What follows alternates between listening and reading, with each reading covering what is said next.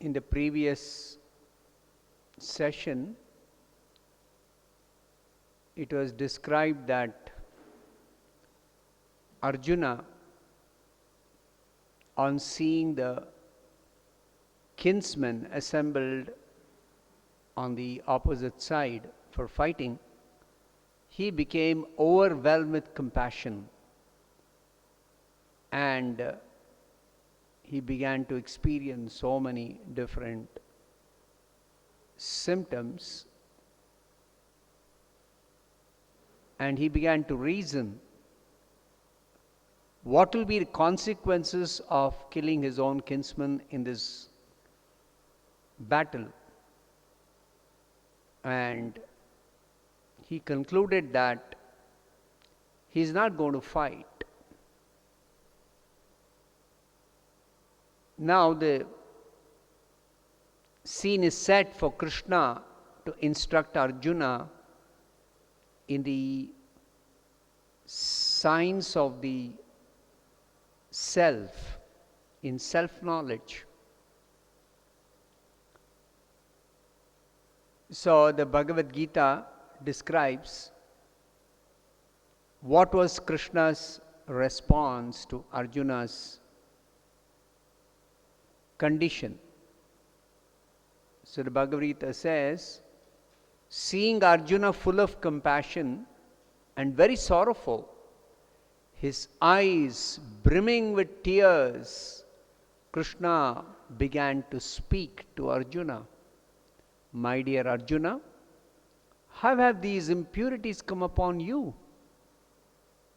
They are not at all befitting a man who knows the progressive values of life.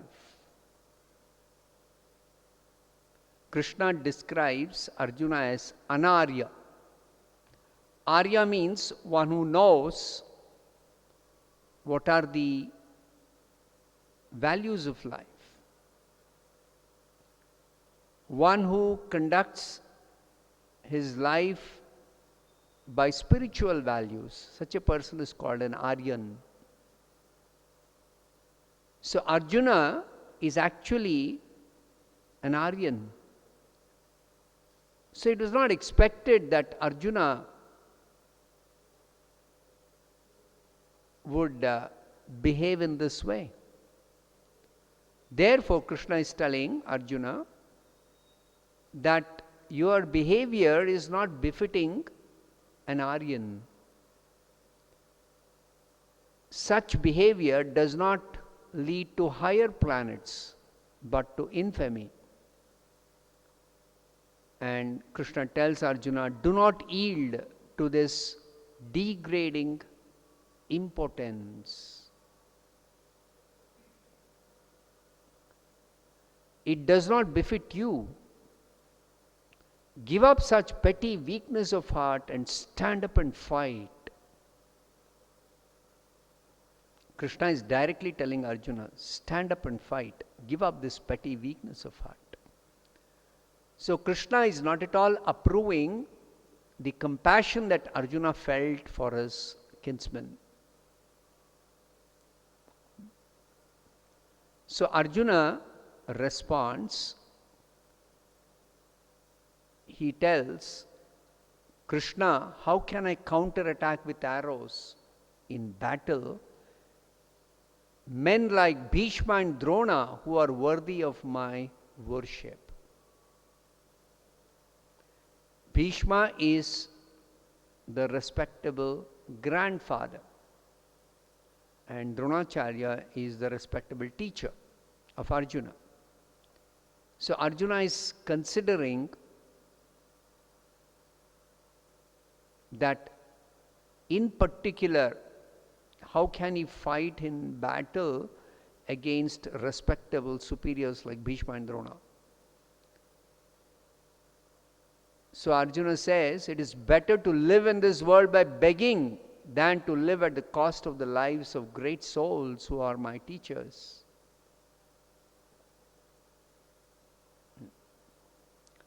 Even though they are greedy, they are nonetheless superiors. If they are killed, our spoils will be tainted with blood. So Arjuna is considering, even though he may fight against Duryodhana and the other Kauravas, but still he was thinking, how can I kill respectable superiors like Bhishma and Drona? In the previous chapter it was described when Krishna was asked by Arjuna, take my chariot between the two armies. Krishna took the chariot between the two armies and stopped right in front of Bhishma and Drona. What is the reason? Krishna stopped the chariot right in front of Bhishma and Drona. Krishna could read Arjuna's mind. Actually, Arjuna was hesitating to fight in the battle because right from the beginning he was thinking, how can I kill Bhishma and Drona? Though he did not mention that particular reason in the previous chapter. He gave so many reasons, but he never mentioned Bhishma and Drona. Now the real reason is coming out.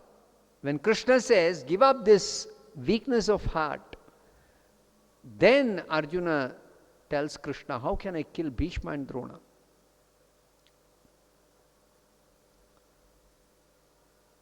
Now Arjuna also then thinks that actually it is my duty to fight. Because before the battle, every attempt was made to negotiate for peace. It's not that the Pandavas, when challenged by Duryodhana, directly came for fighting in the battle. No. Yudhishthira and all the other Pandavas, they tried to stop this battle, but they could not convince Duryodhana to avoid this battle. So, battle was inevitable. So now where is the question of Arjuna considering, how can I kill Bhishma and Drona? So therefore Arjuna is now thinking, actually it is my duty as a Kshatriya to fight. But although it is my duty, should I really fight in this battle? Wouldn't it be better for me to refrain from fighting and live by begging? See Arjuna's options. Either he has to fight in this battle and win the kingdom for his subsistence, or he has to, if he decides not to fight, then he has to just resort to begging. Actually, a Kshatriya never begs for food. Kshatriya never does that. So Arjuna is thinking of the extreme step. Now, all these considerations by Arjuna definitely prove that not only was he a great devotee of Krishna, but he was also highly enlightened and had complete control over his mind and senses. So Arjuna is the ideal fit candidate for receiving instructions in self-knowledge from Krishna. That is the conclusion that was given in the previous chapter. Such a kind and soft-hearted devotee is fit for receiving self-knowledge. So Arjuna is the ideal candidate for Krishna to instruct in self-knowledge. So Arjuna, considering that he is confused whether he should fight or not, he submits himself to Krishna. He tells, now I am confused about my duty and have lost all composure because of weakness of heart. In this condition, my dear Lord Krishna, I am asking you to tell me clearly what is best for me. Now I am your disciple and a soul surrendered unto you. Please instruct me. So far, the talks were going on between two friends. Krishna and Arjuna were talking as friends. Now, when Arjuna is confused about his duty, he surrenders to Krishna. And he submits to Krishna, I am your disciple. No longer I am your friend. Kindly instruct me. So, it is a lesson for us that by nature's own way, all material activities are a source of perplexity for every human being in this world. So, in every step, there is perplexity. And to get out of this perplexing situations, it is said that one must approach a bona fide spiritual master, a guru, a proper guru, who can give one proper guidance in executing the purpose of life. All Vedic literatures instruct us to approach a proper guru. Now, these perplexities come without our desiring them. They are just like a forest fire which somehow blazes without anybody setting fire in the forest. So, it is the instruction of the Bhagavad Gita, just like Arjuna surrendered to Krishna. Similarly, we should also surrender to a bona fide spiritual master if at all we are interested in solving the problems of life. So Krishna assumes the position of the teacher and he begins to instruct Arjuna. This is where the teachings of the Bhagavad Gita begin at this point. So first of all, Krishna tells Arjuna that those who are learned, they do not lament for the body. Arjuna was speaking learned words, but in spite of speaking so many learned words, Arjuna was lamenting for the body. So Krishna says, one who is wise, one who is really learned, he does not lament for any condition of the body.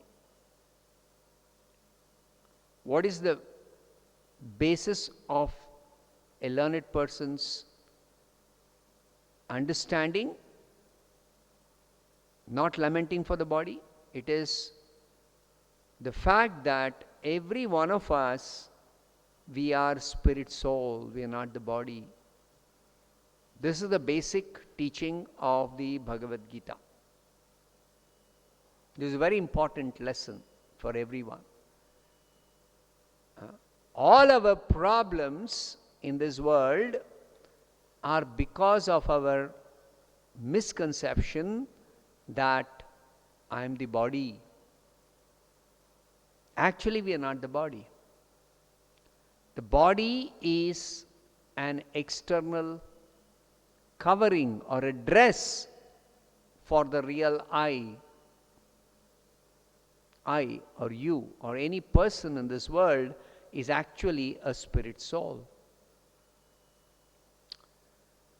And Krishna also tells Arjuna that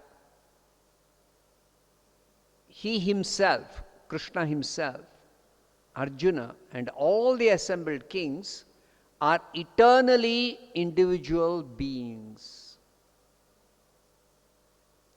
They were individuals in the past, they are individuals now, and they will continue to be individuals even in the future.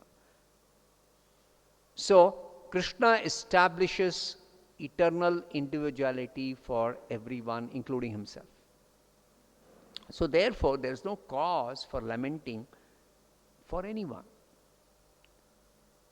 Now, Krishna goes on to explain that everyone is changing his body from boyhood to youth to old age. And this change of body can be understood when we realize that I had a body of a small child when I was born. Now I may be having the body of a young person.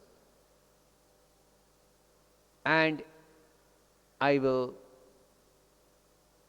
later on have the body of an old man.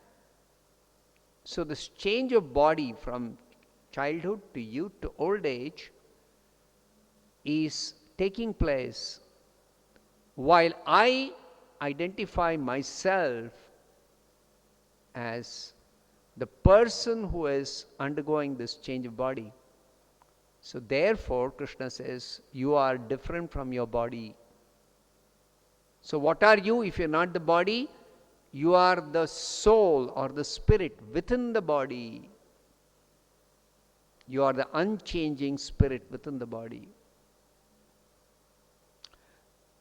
And Krishna also tells Arjuna that in discharging one's duties, one should learn to tolerate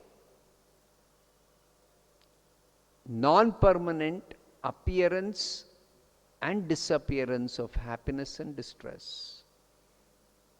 Whatever happiness or distress we experience, anybody experiences, is due to the contact of the senses.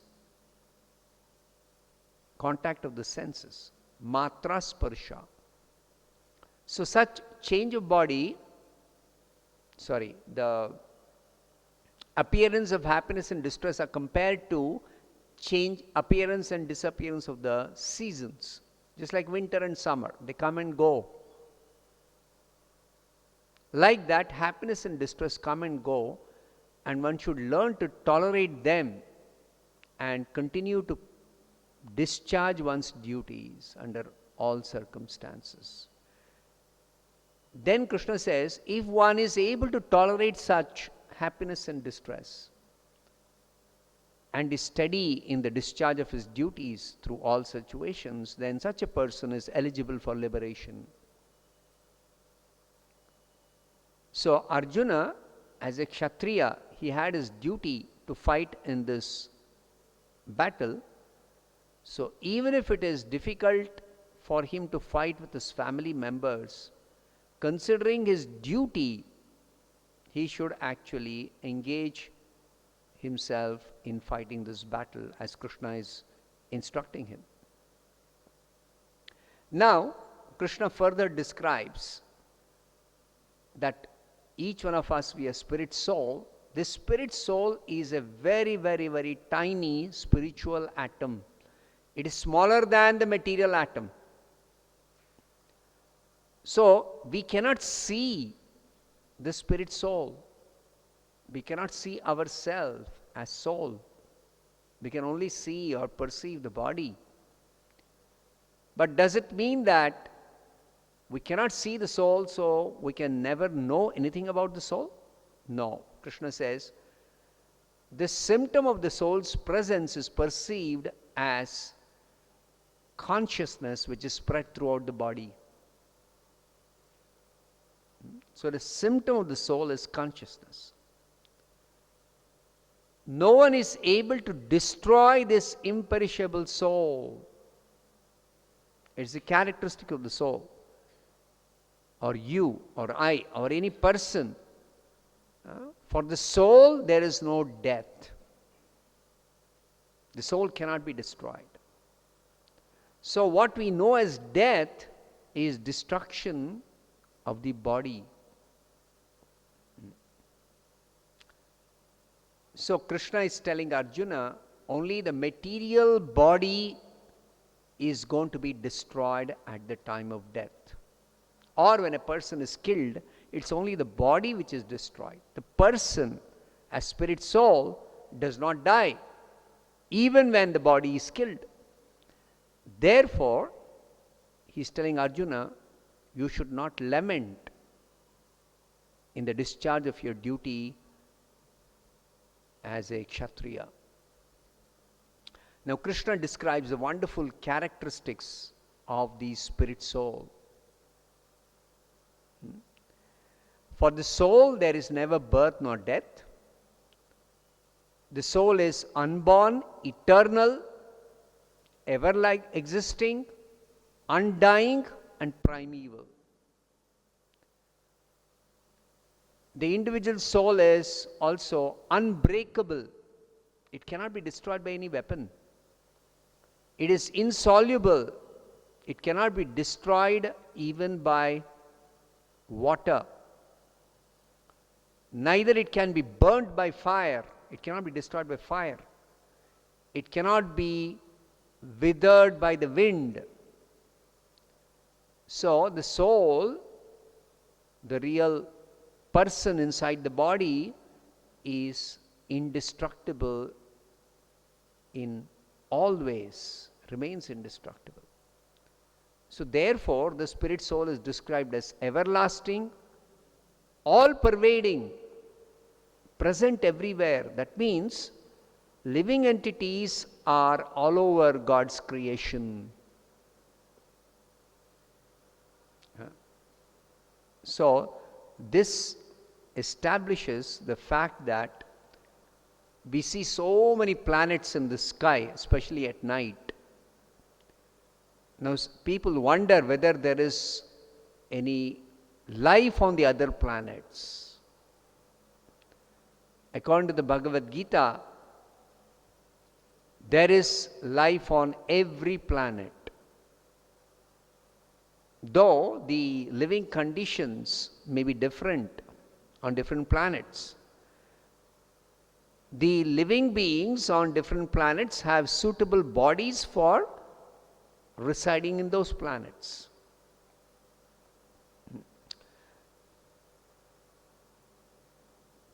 So the spirit soul is described in this way as all-pervading, unchangeable.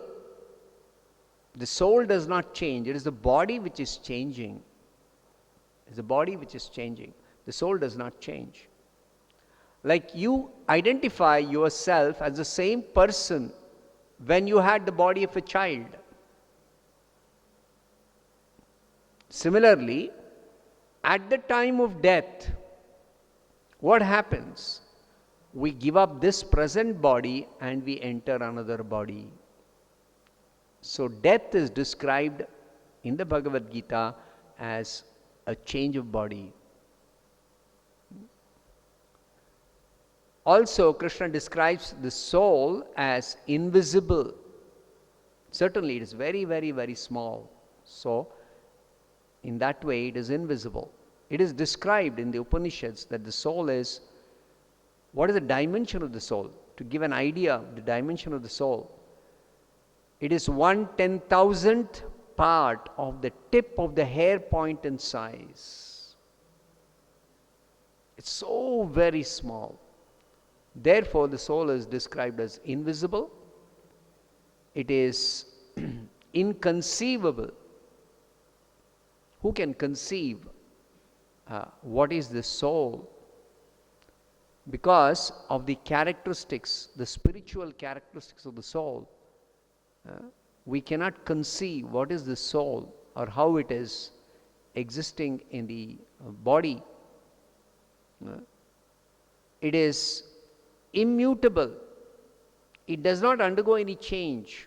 Whatever changes we see are changes of the body, or even the changes that we perceive in a person are the changes in the mind, body or mind. But the soul is different from the body and the mind. So soul is unchanging. It is immutable.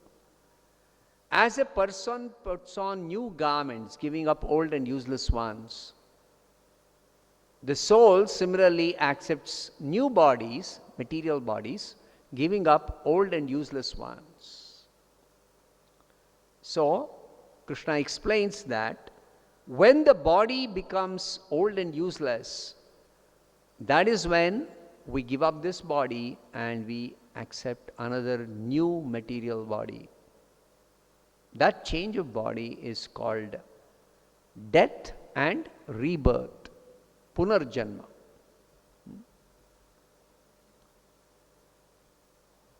Krishna also says, for one who has taken birth, death is certain, and for one who dies, birth is certain. Therefore, he tells Arjuna, you should not lament in the unavoidable discharge of your duty as a Kshatriya. So finally, Krishna says, the body is temporary and the soul is eternal. Therefore, Arjuna need not lament for anyone. Now, so far, Krishna has explained the difference between the body and the soul. What is the nature of this body? The body is made up of matter, whereas the soul is of a different nature.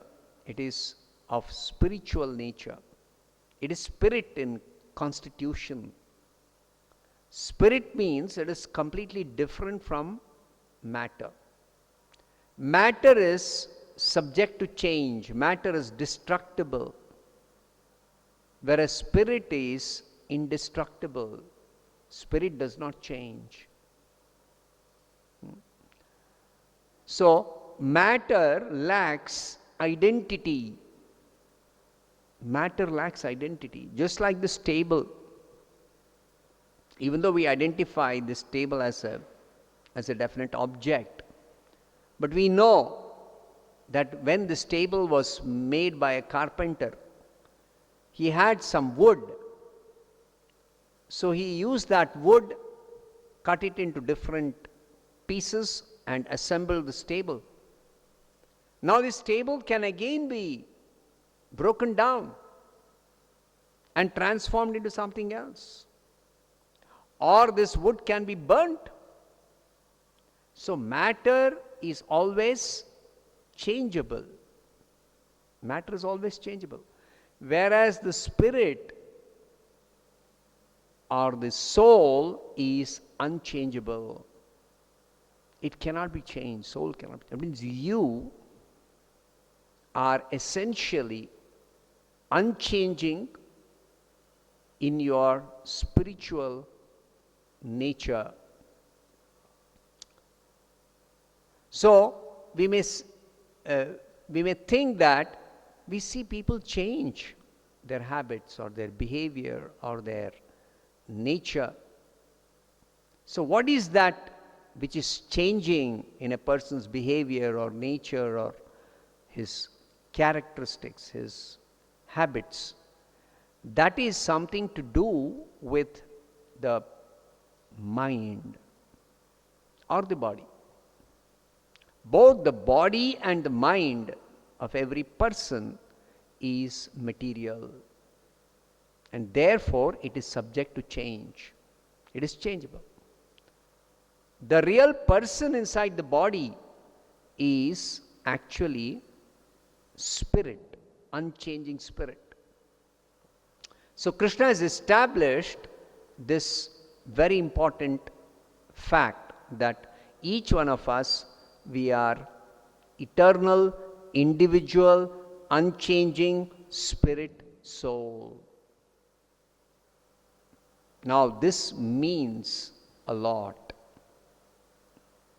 So what this really means will be further explained by Krishna in greater detail in the later chapters of Bhagavad Gita. But this is the beginning of spiritual understanding. Spiritual life begins with this understanding. Each one of us, we are eternal, individual, unchanging spirit, soul. We don't have death. As spirit, I don't die, you don't die. Nobody dies in that sense. So death is just a change of body. So therefore, the Bhagavad Gita instructs us that we should prepare ourselves for the change of body at death. And that will be elaborately described in a later chapter, in the 8th chapter. Next, Krishna instructs Arjuna in what is called as Dharma Yuddha, fighting on religious principles. He tells Arjuna that considering your specific duty as a Kshatriya, you should know that there is no better engagement for you than fighting on religious principles. This battle of Kurukshetra is not simply being fought in a whimsical way. It's not the Pandavas are greedy for getting a chance to rule over the world. They are not power hungry politicians. The common people, they require protection. So the word Kshatriya is explained as one who protects others from any harm, any danger. So it is a Kshatriya's duty to protect the citizens and thereby maintain themselves by collecting taxes. In exchange for giving protection, the Kshatriyas collect taxes and they rule the state and they maintain themselves. So, since this battle is being fought on religious principles, Dharma Yuddha, because all attempts were made to avoid this battle. But since the battle could not be avoided, therefore this is actually a Dharma Yuddha. The Pandavas have no choice.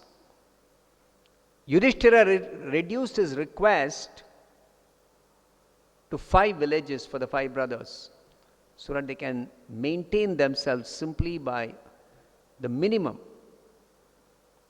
requirement, just by ruling 5 villages. But Duryodhana refused. So therefore, this Yuddha, this battle of Kurukshetra is a Dharma Yuddha. So for a Kshatriya, there is no better engagement than fighting in Dharma Yuddha. And Krishna further tells Arjuna that one who fights in a Dharma Yuddha, the doors of the heavenly planets are open for him. Arjuna was concerned that by fighting in this battle, he is going to go to hell. But Krishna is telling, because this is a Dharma Yuddha, certainly you are not going to go to hell by fighting in this battle. You are destined or eligible to go to heaven. If you do not fight in this religious war, then you will incur sin for neglecting your duty, and in that way you will actually incur sinful reactions. Arjuna is thinking, by fighting in the battle I am going to incur sin. Krishna is telling, by not fighting you are going to incur sin. You see how Arjuna, feeling compassion for his kinsman, he had mistakenly thought that he should not fight in the battle to avoid killing his kinsman. But Krishna is telling, by not fighting in the battle, you are going to incur sin. And also, Krishna is telling, people will always speak of your infamy, and for one who has been honored as a Kshatriya, dishonor is worse than death. A Kshatriya cannot tolerate insult. So when people will speak of Arjuna leaving the battlefield and going away because he was afraid of facing the enemy, that will be an insult which Arjuna cannot tolerate. Krishna is telling, people will think that you left the battlefield out of fear only. They'll consider you a coward. Therefore, you should not run away from this battlefield. You should actually stand up and fight. Either you'll be killed in the battlefield and you'll attain the heavenly planets, or you will conquer and enjoy the earthly kingdom. So therefore, Krishna tells, get up and fight with determination. He concludes by telling, finally, at the end of this instruction, that you should fight for the sake of fighting, without considering happiness or distress, loss or gain, victory or defeat, and by so doing you'll never incur sin. What's the meaning of fight for the sake of fighting? Actually, it means that Arjuna has to fight in this battle because Krishna desires this battle. Now, Krishna is the Supreme Lord. It is Krishna who has arranged the miscreants to come to Kurukshetra to fight this battle. And Krishna wanted Arjuna and the Pandavas to actually kill all the miscreants in this battle. Because Krishna had come for reducing the burden of the earth. When the earth was overburdened by miscreants, by demons, Krishna had come to reduce the burden by killing all these demons. So he wanted Arjuna to kill these demons who are posing as Kshatriyas. So therefore, it is clear that Krishna wants this battle. Therefore, Arjuna should fight in this battle without considering loss or gain, happiness or distress, victory or defeat. And in this way, Arjuna will never incur any sin. Stop here. Srimad Bhagavad Gita ki jai, Srila Prabhupada ki jai.